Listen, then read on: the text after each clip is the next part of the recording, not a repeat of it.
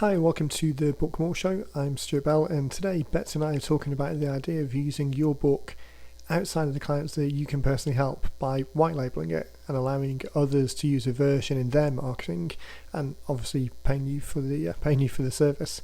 So this works especially well if you're a business coach or have clients already paying you to help with their marketing, but really it can work for anyone who has a book or can create something that other business owners would be willing to pay for. So we wrapped up the conversation talking about when it makes sense to take it to the next level as well and white label the actual 90-minute book process. So if you have a framework that helps people find more clients and a book would help people be successful with that framework, then white labeling the 90-minute book process and allowing us to do the production work could be a great way of helping those clients of yours create the book that they need to make the most of your system. Okay, so it was a fun episode. Always good to dive deeper into a topic, especially one that we're helping more and more people with. So looking forward to sharing this with you. As always, if you've got any questions, just shoot me an email to Stuart, Stuart, Stuart at 90 Minute Books, and always happy to jump on a call and help. Okay, let's get to the show. Betsy Vaughan. Stuart Bell, how are you? Very good, thank you. How are you doing? Good. Cool. Great. I think it's podcast time. Here we go. I know, right? I had a great call with Dean last week. We dived down to the studio over in Windhaven and ran through some great ideas. We had a long list of things. We were going to do a couple of short sessions, but we ended up starting by thinking about whether it makes sense or when it makes sense for someone to write a book. And then that took 45 minutes. So we got one into the list, but it was a great deep dive on really the kind of foundations, the fundamentals of our belief that a book is really the best lead generation tool that you can have for your business, and expanded on some of those ideas. So if as you're listening to this, if you haven't listened to last week's episode, well worth checking back in. And also look for the show notes on the website as well, because we were in the studio recording, so there's video to go along with it. Nice. That's great. What do you want to talk about today? This week, I thought we would talk about white label projects, because two separate conversations I've had with people this week, it's come up. So it's definitely an idea worth pursuing, because it's surprising. There's so many options and such a wide variety of opportunities that it creates that it's always surprising how the conversations go. I don't think I've had a white label conversation with two people that's been the same over many years that we've been doing this. Right. Yeah, it's definitely a great tool. Excited to dive in here. So I think the first place to start is thinking about defining what we mean by a white label project. There's so many variations, but the two main camps or the two main approaches that it breaks down to are white labeling an existing book, so a book that you've created the one version of and then allowing other people to use it. And then the second option is, people refer to it as white labeling, but it's more white labeling the service rather than white labeling the book. And that's where you may work with coaching clients, consulting clients of your own. You might have your own community. You might want to guide people towards writing a book, but then you would white label the 90-minute book service in order to execute that and to be able to offer it as a service, as a more orchestrated service, rather than just pointing people to us, but offer it as a more orchestrated service for your clients. The conversations that you've had, can you think of any other? Those are the two examples of the conversations that I've had. Can you think of any other? Yeah, no, I think those are definitely the two. I was trying to think of the ones we've white labeled recently, but and they fall into those categories. So I think most, it's maybe 50-50, maybe a little higher on the, using the existing book and letting someone use their existing book. But the possibilities are endless with that, to do. So people get excited about it. Yeah, I think, as you say, it's probably the more common use case and the easier to do. There's less orchestration around it. So let's dive into that one first. The example I'm going to use is one of the books that we use internally on the real estate side of the business. So the How to Sell Your House to Top Dollar book. So as a piece of information that was written first for one person and then many people were allowed to use it. It's the easiest example because most people are aware of, even if they haven't bought a house, they're aware of what real estate agents do, and it's just an easy one to explain. So, with that initial version of the book, was written as a way to engage potential seller clients for a realtor. So the position that the book sits in the overall funnel is, as you're there trying to market yourself, engaging with people when they're early in the discovery process is a great way of starting that relationship so that when they're eventually ready to take an action and do business with you or look for the service that you provide, then you're front of mind. You'd already started with building reciprocity and rapport and adding value to the people's lives. So, in the realtor example, if I'm going to think about selling my house at some point down the track, I'm going to be thinking about what's it worth at the moment? How can I sell it for top dollar? What are the things that I need to do in order to make the most of it? And in seeing a book called How to Sell Your House for Top Dollar, if I've at all got any of those thoughts, that's going to resonate with me. And the fact that I'm seeing an ad for a book, it's a very minimum viable commitment way of getting people to sacrifice their name and email address in order to for you to get their details and for them to get the information. So rather than having another ad that says, I can sell your house for top dollar, give me a call, or if you want to know how to sell your house for top dollar, give me a call. All of those things that need a little bit more commitment. The book is a very low friction way of getting people to execute on the idea. So the first one that was written, the N of one study, was how can we maximize the realtor's opportunity to collect the leads of the group of people who are broadly thinking about potentially selling the house at some point in the next 6 to 12 months. And the information that's provided in there, super straightforward. It's a very small book, but at the end of the day, all that we're trying to do is give people the idea to start the conversation. We're not trying to solve the whole problem for them. This is just the introduction. So that particular example is a very small book, introduces 6 or 7 key ideas, leads people towards a call to action on the back, which is a pinpoint price analysis of your home or a meeting with a realtor. So in white labeling, what we've then done is allowed other people to add their details to it to make the book their own. So obviously it's their name on the front, their call to action at the back. The details after that, the specifics on the inside, can vary depending on how complicated you want the setup to be. So let's switch examples. Let's say on the podcast, we've used the florist example a lot before. So Mhm. in that model, we've talked about an early stage engagement for people who are going to be clients of a florist might be wedding flowers. So the white labeled book, if you were a business that had florist clients and you were trying to improve their sales, might be a guide to the very best floral arrangements or how to get $10,000 worth of flowers for on $1,000 budget. And within the pages of the book, it's relatively generic advice, but still as useful as you can make it. And then the white labeling would then be allowing the florist to add their details. Now, to what extent you allow the customizations really is a reflection of how difficult and complicated and how much you eventually need to charge for the project, because obviously complexity adds to the costs. So changing someone's name on the title, on the cover, and the call to action on the back, that's very minimal work. So it's a pretty cost effective way of doing it.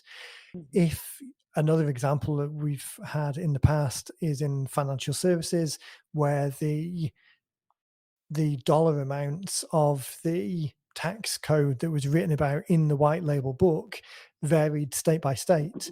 So that actually was pretty complicated because we had to know all of the variations, all of the permutations of the various tax elements that were written in the book, even though it was only really, there were 3 variables, but 3 variables, and then there was probably 6 Mhm. different, across all of the states, there were 6 different permutations of those. but still bringing all of that together got pretty complicated. Um, Definitely doable, but just complicated, both in terms of setup in the front and just execution as they're done. The Yeah, I think me that's sorry. I Yeah, no, go think for it. that's a good, you look at the top dollar book, and that is that we do, and it's we don't touch anything on the inside. It's just the information items that are there, the name and the we do put their contact information. But like I think about some of those books, and that's one of the things people I do ask a lot, like how much do I let somebody change? Right. Or do I just keep it very generic? And I think, you know, if you're looking at people across the states, which we have had a couple cases, because in Illinois that tax rate is different from that of Missouri, and so you have a little more detail you have to get into. So, I think if you don't want to have to do the work, then you go the generic route. It's a little easier, it's a little more people And I can think, relate to it a little bit, yeah, versus specific numbers and such. definitely, it's definitely the position to start from because of Hmm. that complexity. And oftentimes people are adding in complexity unnecessarily. Now, that tax Hmm. example was unavoidable because it was talking about inheritance thresholds, and they state by state it changes whether there's Hmm. inheritance tax, and the amount changes as well. So the whole book was around that inheritance type positioning. So that one was unavoidable. But oftentimes people add in complexity because they've got this mentality of they need to put in, it's like the books generally, people overestimate how much they need to put in and the level of detail for a book Yes. whose specific purpose is to start the conversation. The objective isn't to convert people within the words of the page. You're not charging people $20, so you need to provide every conceivable amount of value and detail you can imagine. It's not an academically peer reviewed textbook that needs to be complete. It's a book to help you build your business that starts the conversation and builds rapport and gets people to the point that they're raising their hand and having a conversation where you then go into all the details. It's like the 90-minute book or the book blueprint scorecard, which even that one's more detailed because we're trying to help people Hmm. do a number of these steps. But we know, as the production element in the background, there's 1,000 other questions that we need to ask people or we need to make calls on. Trying to include all of that up front is unnecessary. So I think it's definitely the case that people get, because they're in it every day and they know the numbers or know the knowledge, it's natural to think that they have to include a lot of that stuff. The top dollar books are a great example. I mean, whether you choose to remodel the bathroom, update the bathroom in some way. Now, how to sell it for top dollar, making sure that the bathroom is as presentable as possible is good advice. But whether that advice is specifically you should remodel and change the vanity, and whether the vanity should be marble or laminate or what materials should be used, all of that is far too much detail. So again, not that's as specific as tax guidelines changing state by state, but just this idea of whether or not this whole white label project comes about because you wrote the first book, which is quite detailed, and now you're looking to make it more generic in order to white label it. Be as generic as possible, because if you're working with other realtors or you're working with other florists and you've got the opportunity of allowing them to use a white label book where the project costs, maybe you would charge them maybe $1,000 for setup and $5 a copy, or whether it's very complicated, meaning that you have to charge them $2,500 for setup and $6 per copy. That's a very different, it changes the mechanisms. Even those costs could be even cheaper if you've got a way of swallowing those setup costs. So you're adding this as a value add to your coaching program or adding it as a tier for your elite coaching clients for free. Then having a very generic book that's very cost effective for us to white label means that we don't have to charge you very much to do it, which means that you Hmm. can add this perceived value. And the value definition or the value breakdown then of being able to charge someone so many dollars for the project, or a multiple of that in increased coaching revenue because they're a VIP client and the perceived value of this is way higher, then that's really where it makes a difference, because you're not only you're looking to maximize their return and base this book off their success. You're not necessarily interested about the success of the book itself, if that makes sense. It's supporting much more Hmm. of a bigger project. Right, that's a good reminder on that. But I'm also I go back to you saying about, keeping it more generic, and that seems to be hard for people, because they want to put everything in the book, and I'm just like, from a lot of reasons, like, if you're putting the book out there and you've got everything you can possibly say to somebody in it, well, first of all, they don't need you, they don't need to reach out and work with you, but also Right. it becomes like it gets a little. I think when people go back and read it, sometimes they're like, wow, this is a lot of information, and they feel like they need to, for lack of a better term, dummy it down, which I'm of the mindset, particularly with a white label book, keep it simple, just Yeah. there's no reason to overcomplicate it. So yeah, but I love when people get like, oh no, I have to have this and this. And I'm like, no, you don't Right. need to do that. It So I think it comes from, in part, the benefit of a book as a lead generation tool, as a way to build your business, is that a book itself still has a lot of perceived value around it, which is greater than the actual product, greater than the book itself. So there's still this element of being published, having the words on paper, mm, it being something that's created. People think that's a bigger thing than we know that it really is, in the age of kind of on-demand printing and publishing just being much more democratized, which obviously is what we're trying to do. We're trying to remove the gatekeepers, but still people perceive a book as having passed through those gatekeeper stages. So for us as business owners, knowing that there's an extra boost from having it, that's one of the benefits of creating it. It's not just that mhm, you're sharing information, it's that the information has an extra shine, an extra glow to it, because it's in the form of a book. But people get tripped up because, on the one hand, they know that and want to do this project because of that very reason, but then flip back into the mode of, oh well, if I'm writing a book now, I've got to go through all of these stages and gatekeepers, and it's got to meet all of these minimum requirements, and if I don't put everything in there, then people aren't gonna, almost like an imposter syndrome thing, if it hasn't got all of these things, then people aren't gonna believe that it's true or believe the words that are in there. But that's not the case. The reality is it's right. the minority, not the majority, that read it. And this particular type of, it's like saying I want to buy a vehicle. Not all vehicles are the same. If I want to buy a truck because I need to move 500 pounds of wood, that's very different from saying I need a vehicle because I need to get from A to B in the most comfortable, the most luxury possible, with a silent ride, and therefore I need a BMW. A book is the same. A book Mm, is a high level term. The job of work of a book as a lead generation tool is to present a friendly opportunity to compel people to take that next very small step into mm, eventually becoming a client with you down the road. You're not trying to show off to someone that you've written a book and look how clever I am by including all of these things. It's, yeah, a very different job of right. work. Yeah, exactly. I think you just said, I talked about this is something when I have a phone call with somebody and they're asking about a book, be it white label or whatever, when someone says, I don't even care if they read the book.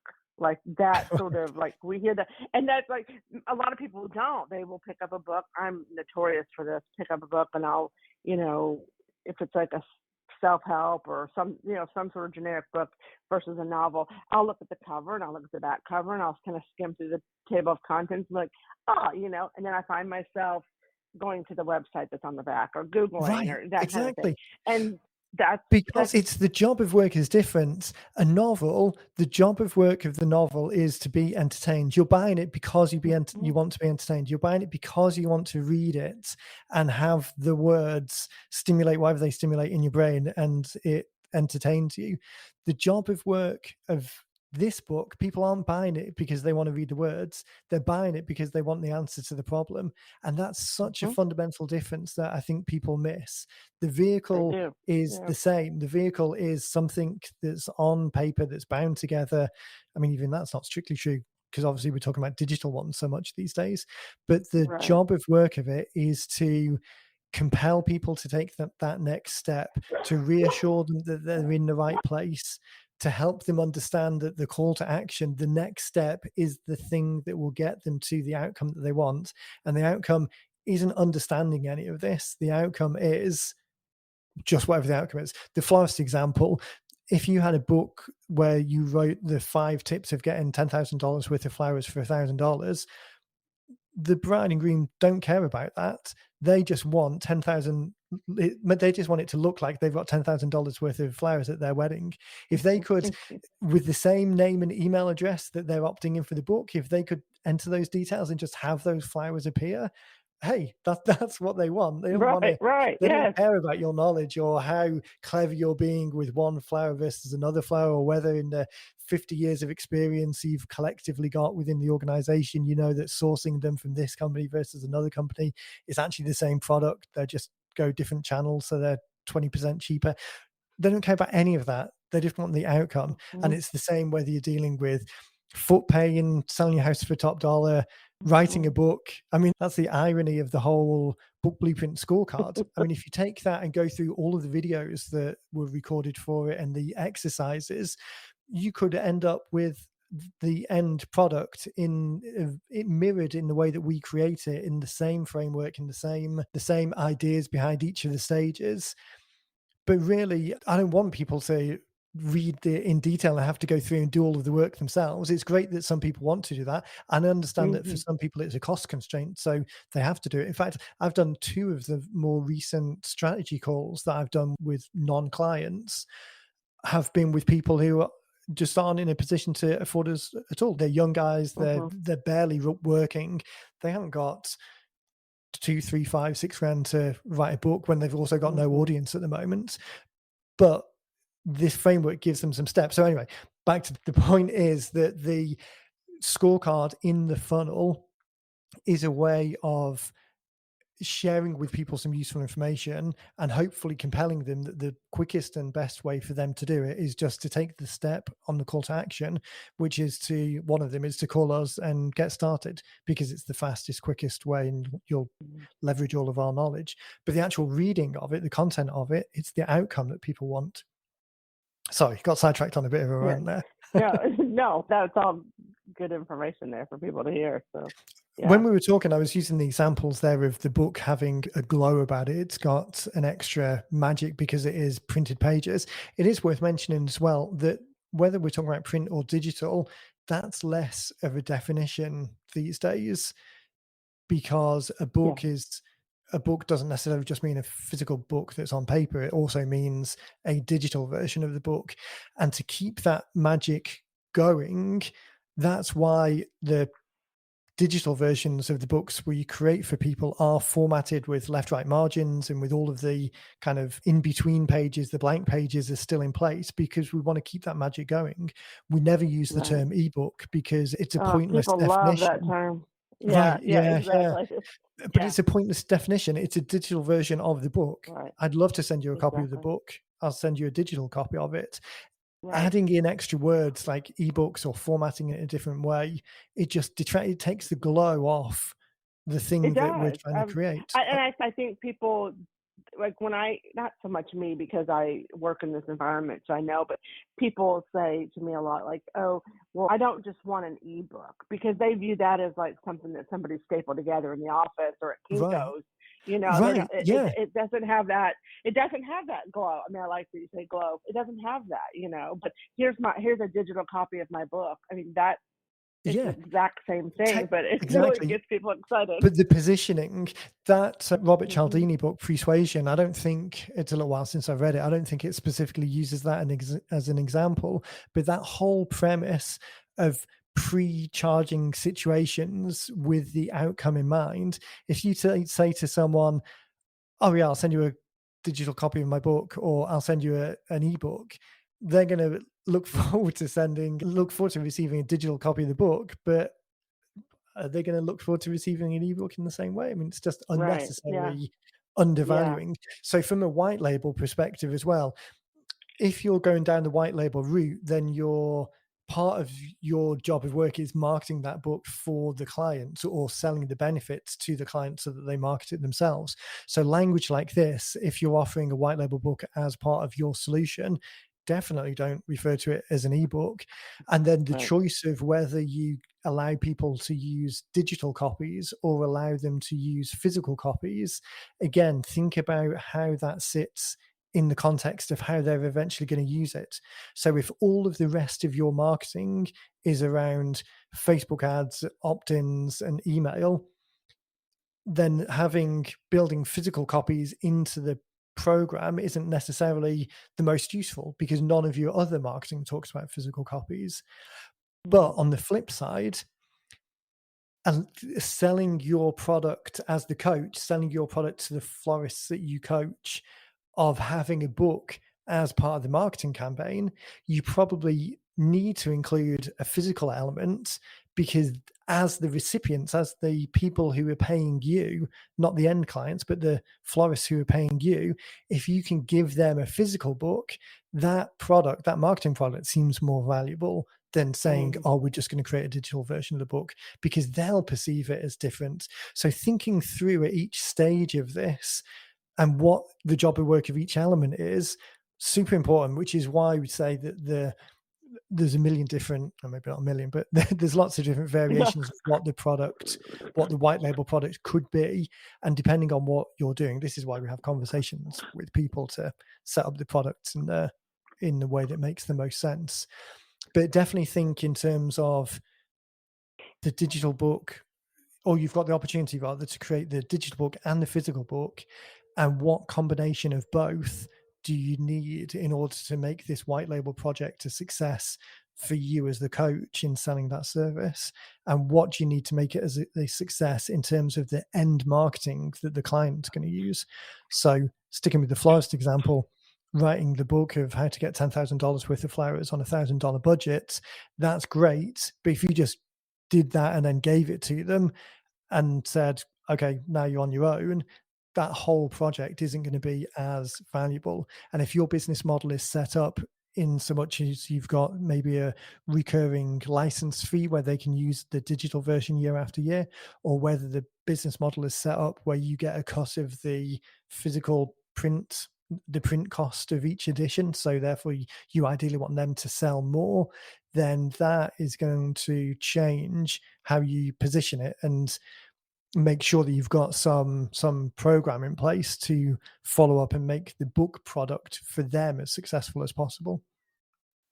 Mm, One thing that I do yeah. for the florists, I mean, I don't think we've ever worked with any florists, which is, I don't know whether I use that as the example because there's no risk that I'm accidentally talking about client details because I know Somebody it's else, a right? hypothetical. Yeah, exactly. Or whether it's we should find more florists to market to. But sticking with Mm. that as an example, so that book idea seems like a great idea.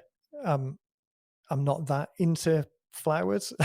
So Lucy is very much so more than me. But yeah, so I'm not that into it. That as a subject seems like an interesting idea because knowing that as a florist, a decent amount of my top revenue producing business is going to be weddings because you add a zero on the end to anything that starts with wedding, add a zero on the end. So that seems to be a high margin business. There's lots of them going on. They're not particularly, weddings themselves aren't necessarily impacted by the economy. Wedding budgets might be, but weddings themselves aren't. So having something that is positioned as get more for your money seems like a good thing. Positioning it and in front of the right people seems like a easier thing to do because that book is going to be something that's all cheese and no whiskers, to use that example. It's all about giving valuable information. It's a low commitment that people need to opt in. But then you could also run Facebook ads for people who have changed their, I'm not sure how locked down now Facebook is around all of the demographics because they keep changing it and restricting it. But you could imagine a scenario where you're adding that ad to people who have recently changed their status to engaged within a 50-mile area of your shop. That seems like a very good online version. You could have physical versions that are on the shelf on the countertop in the store, physical versions that you can use at wedding shows and things like that, physical versions that could go to complementary non-competing businesses, so venue hire places, the table hire places, suit hire, all of these complementary non-competing businesses for wedding traffic. You could do a physical version that goes into that. And then the follow-up and the setup, again, depending on how the book is structured, it very much leads into the call to action, the next step. So if you're a consultant of wedding florists, then saying that the next step on the book should be the flower scorecard equivalent, which might be, okay, depending on the season, depending on your budget, depending on the color that you like, enter in those 3 criteria. And I would imagine, again, not from a knowledgeable point of view, but I would imagine that would be a relatively easy follow-up after that assessment. So enter the details. We'll tell you what the best flowers are for your budget and the time of year. Enter those details, and then the reply would just match up a relatively, I mean, there can only be so many combinations. I would imagine if you sat down and wrote 10 emails that covered all of the combinations that you could think about, you could have a pretty detailed response to someone that would then again compel them the next step down the path towards coming in for a flower review or whatever it would be.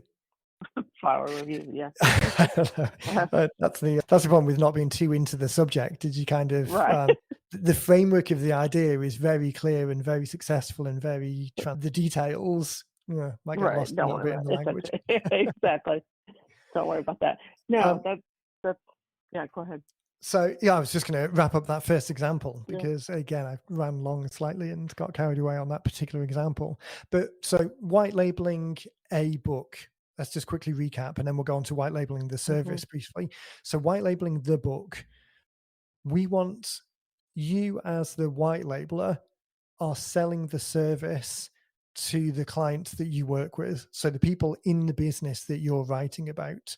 So if you coach florists, it's the florists that you're selling to, not the florist's clients, not the end consumers.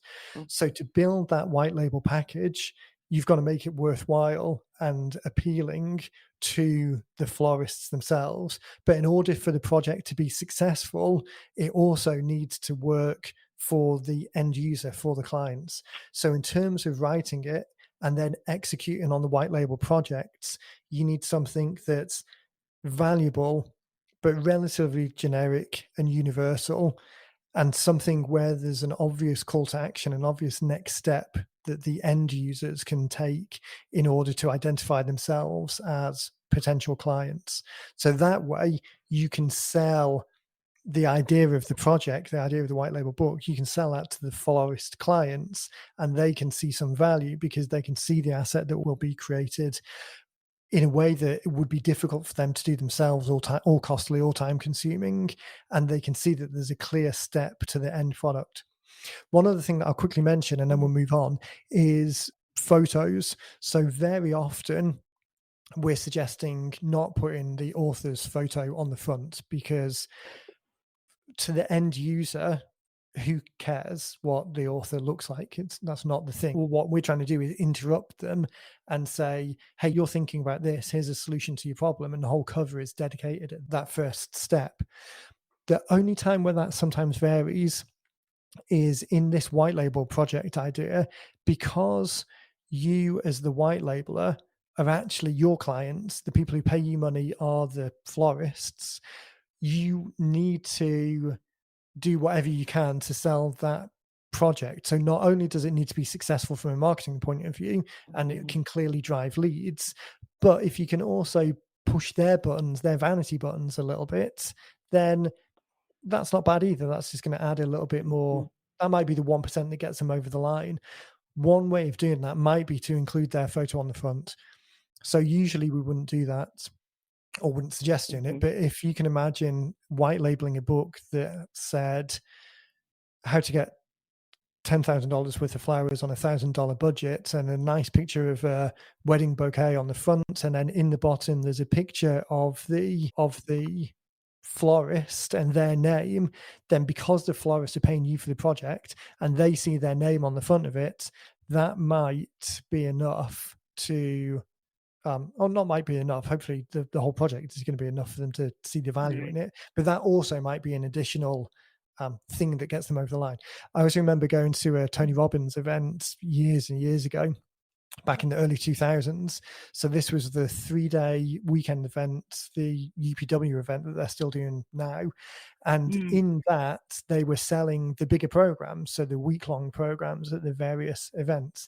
And as part of it, there was the various tiers, and at the top tier, which was expensive. I mean, I think this was like I don't know, $10,000 plus maybe for this is back Mm. in the early 2000s for all of the programs. Right.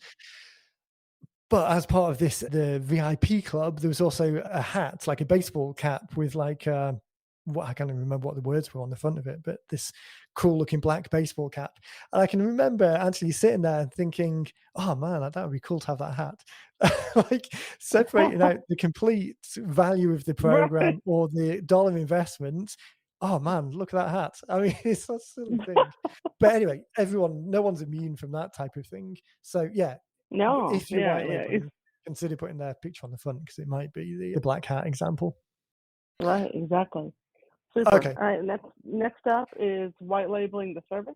Yeah, white labeling the service. So this is less frequent. So we've got a couple of people that we've Mhm. done and are doing this with. So this is for organizations that have got more of it's a higher cost product at the end of the day. Effectively white labeling a 90-minute book where you allow your clients to write anything and then just have us execute it.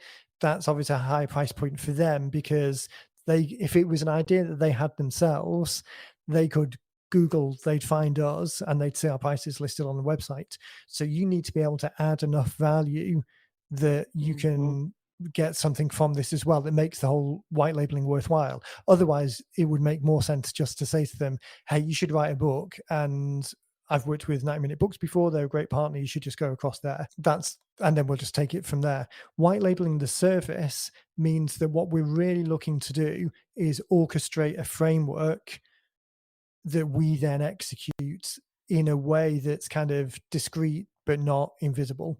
So we never say that we can be Mhm. invisible. If nothing else, our email address is say 90-minute books. We're easy enough Right. to find. Even if you Google our names, you'll probably find us.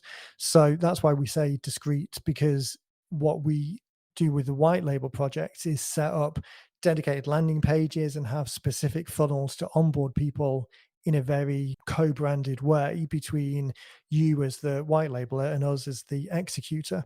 So the way that it works very well is if you have a framework already.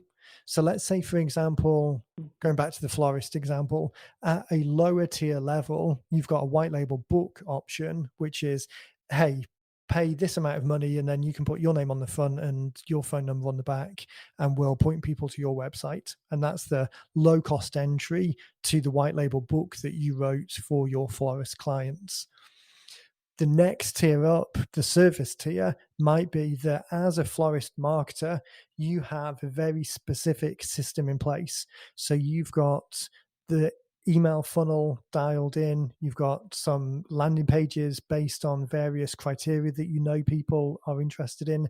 You've got a kind of a hack to the system that you know as a florist makes a difference across the board.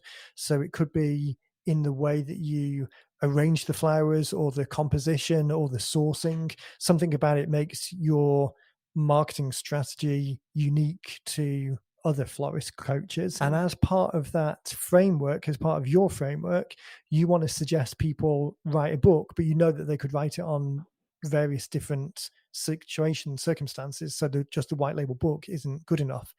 But your book writing framework for florists might be, we always want to start with the introduction, which is a background to you, how you got into floral arrangement, why you're passionate about flowers in this area, and all of the people that you've been able to help. Then you want to talk about the working in the northeast means that a lot of people come wanting these particular arrangements that they see in Instagram, but all of the influencers are in California. Those flowers just aren't available over here.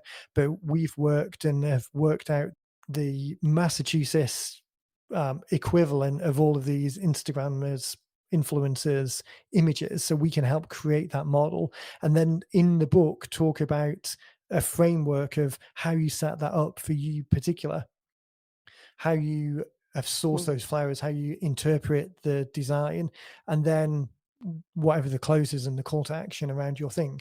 So white labeling the service, us knowing what that structure is, what the framework is that the book hangs on, we can then bring the clients through asking them those very similar questions that mirror your exact framework.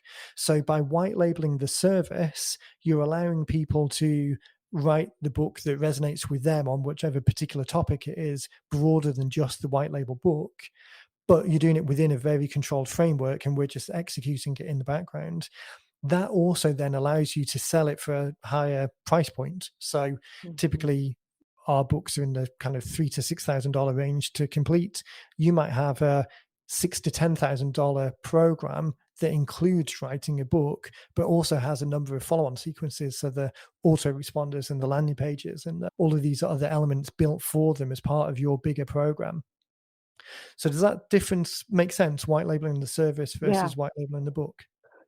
it does. And I think, I mean, both are great options, just depends on where you are, I think, in your business or with your specific group. But it really is such a way for someone to get a book out there and not have to put in all the work. A lot Yeah. of our clients are super busy, and so that's one of the things. We look at Marvin Mitchell has he's white labeled his book, and we get quite a bit of traffic from them. And they're all just busy people who are busy, and they don't have Yeah. time to do it, but they want that tool, and they want that tool, for marketing purposes. And so it really is a great way to do it And it's without having to. potentially a stepping stone to something later. I mean, Yeah. having the white label book version now, so Mm. you've got something that's out there, it's you can almost test all of the funnels and emails and the follow-up campaigns Mhm. and lay all of the track with a white label product. And then if you prove to yourself that it's effective, you've got the opportunity to really dial it in for the specific market that the white label book doesn't cover. So the Right. $10,000 of wedding flowers for $1,000 budget, that's great for that particular funnel. But if you also know that you do a whole stack of work in corporate flowers or event flowers or funeral flowers, the white label book isn't going to work for that, but you'll have laid the track and then freed up some mind space to think about, okay, if I was going to write it in this other area, then what could that look like? And also might save you from things like we were saying before, the overcomplicating it. Because if you just go into a book from scratch, Mm. it's very easy, as we started off by saying, it's very easy to over engineer it and try and do too much and lose the sight of the job of work. If you know the success you've had from the white labeled florist book, the white labeled wedding flowers book, then you've got much more awareness of the reality of the situation and what the almost the Right. minimum effective dose is in order to not overcomplicate the one that you actually come to do and not find yourself kind of stuck in a project that's lasting years and costing an unlimited budget as you keep refining it and adding more Yeah. or changing things around. That's right. Yeah. Yeah. I'd say that the white label, if you're, as you're listening to this, if you've got any coaching organization or any marketing organization where you're doing the work for people and you've got multiple clients in a similar industry, so there's that kind of that synergy or economy of scale, a white label book. Well, actually, even if I mean, we were saying in the podcast last week, we've been doing this for just coming up on 10 years now and 1,000 books.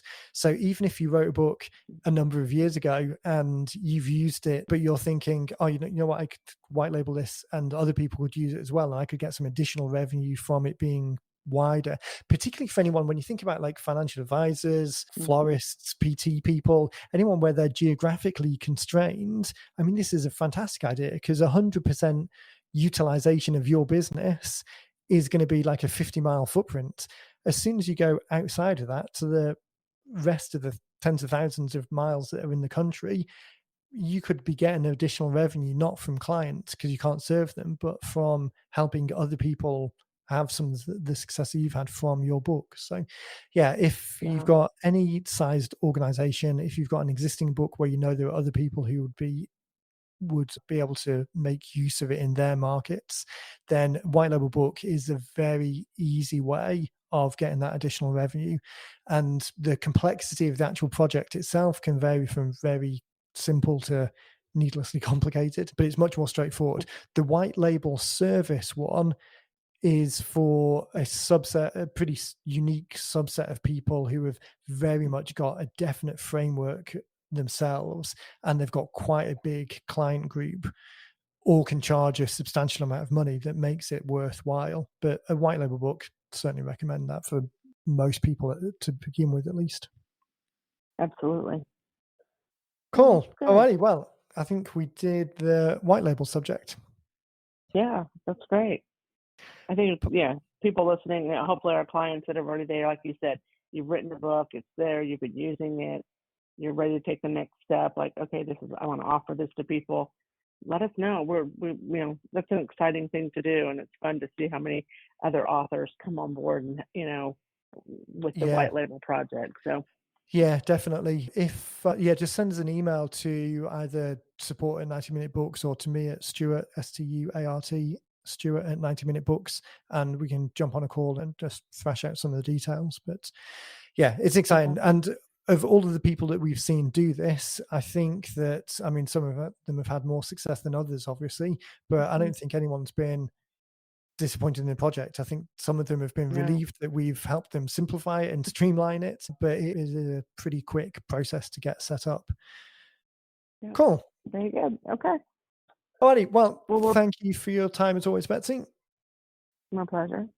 And everyone, thanks for listening. Definitely, if you're interested in white labeling, just shoot us an email. Or if white labeling is not for you, but you do have a book that you're waiting to get started, then now is definitely a great time to do it, as everyone's getting back to the office after the summer. Things are picking up again as we're heading towards the fall. So, yeah, just reach out to us at support at 90 Minute Books or head over to the website, and we're here waiting to help.